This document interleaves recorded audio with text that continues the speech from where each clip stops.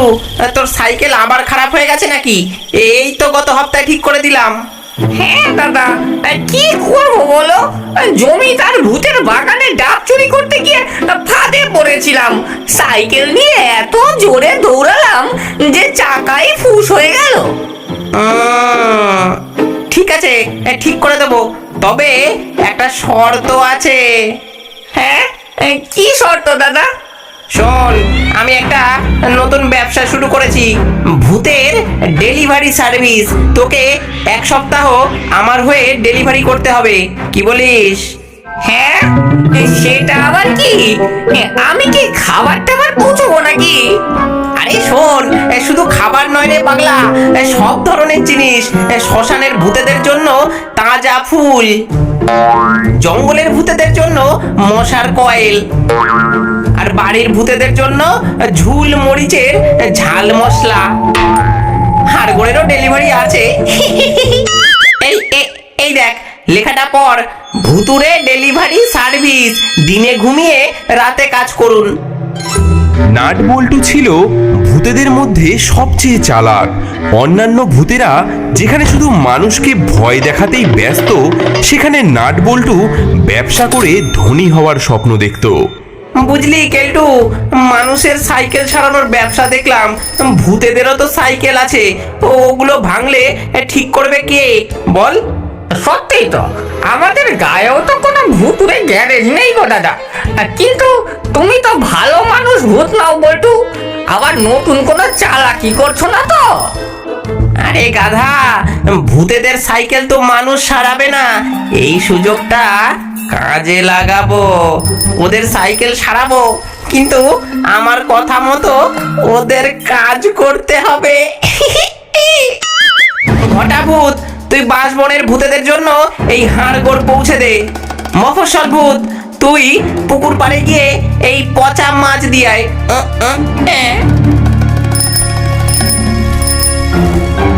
Nut বল্টু দাদা, এত ভারী বাক্স আমি কিভাবে নিয়ে যাব? আমার সাইকেল তো আবার ভেঙে যাবে। কি? চুপ! তোর সাইকেল ঠিক করে দিয়েছি, এখন তোকে আমার কথা শুনতে হবে।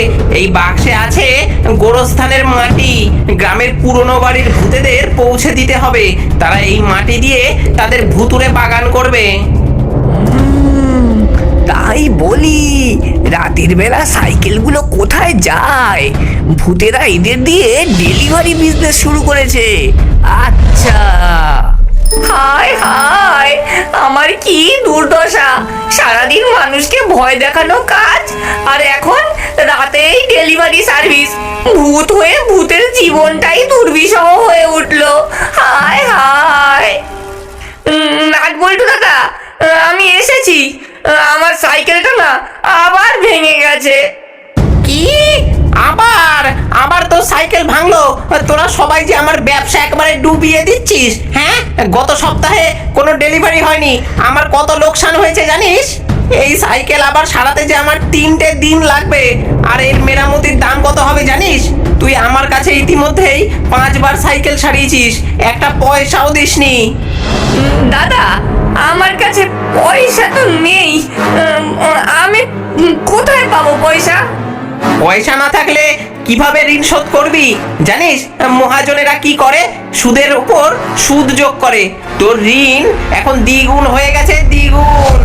দেখ, এই যে তোর নাম কালু ভূত, 150 খানা ডেলিভারি বাকি, ঘটা ভূতের 120 খানা ডেলিভারি বাকি, আর এই যে এই মফস্বল ভূতের 100টা ডেলিভারি বাকি। হ্যাঁ, এত ডেলিভারি আমি কবে করবো দাদা? আমি এখন আর তোমার কাছে সাইকেল ছাড়াতে আসবো না। ও, তাহলে তুই চলে যাবি আর ঋণও শোধ না করে? জানিস, যারা ঋণ শোধ না করে তাদের আমি কি করি? হ্যাঁ, শোন শোন,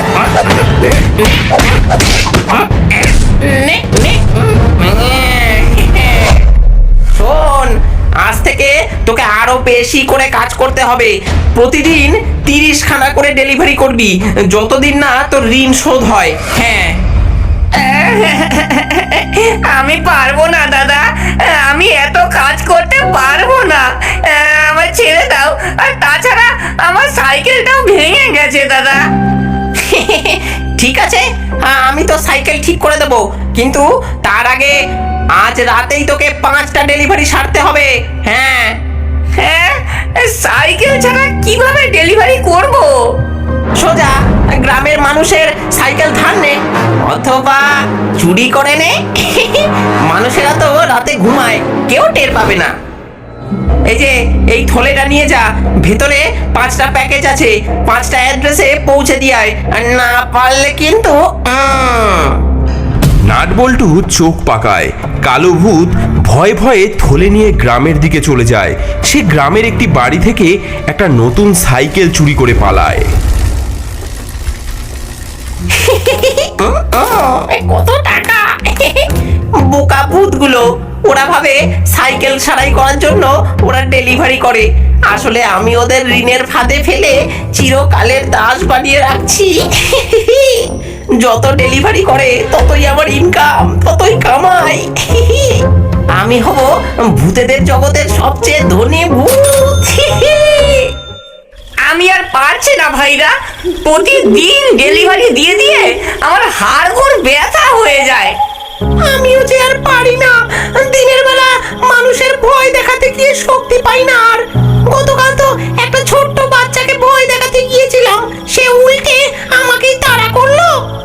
আমাদের ভূতেদের মর্যাদাই চলে গেছে।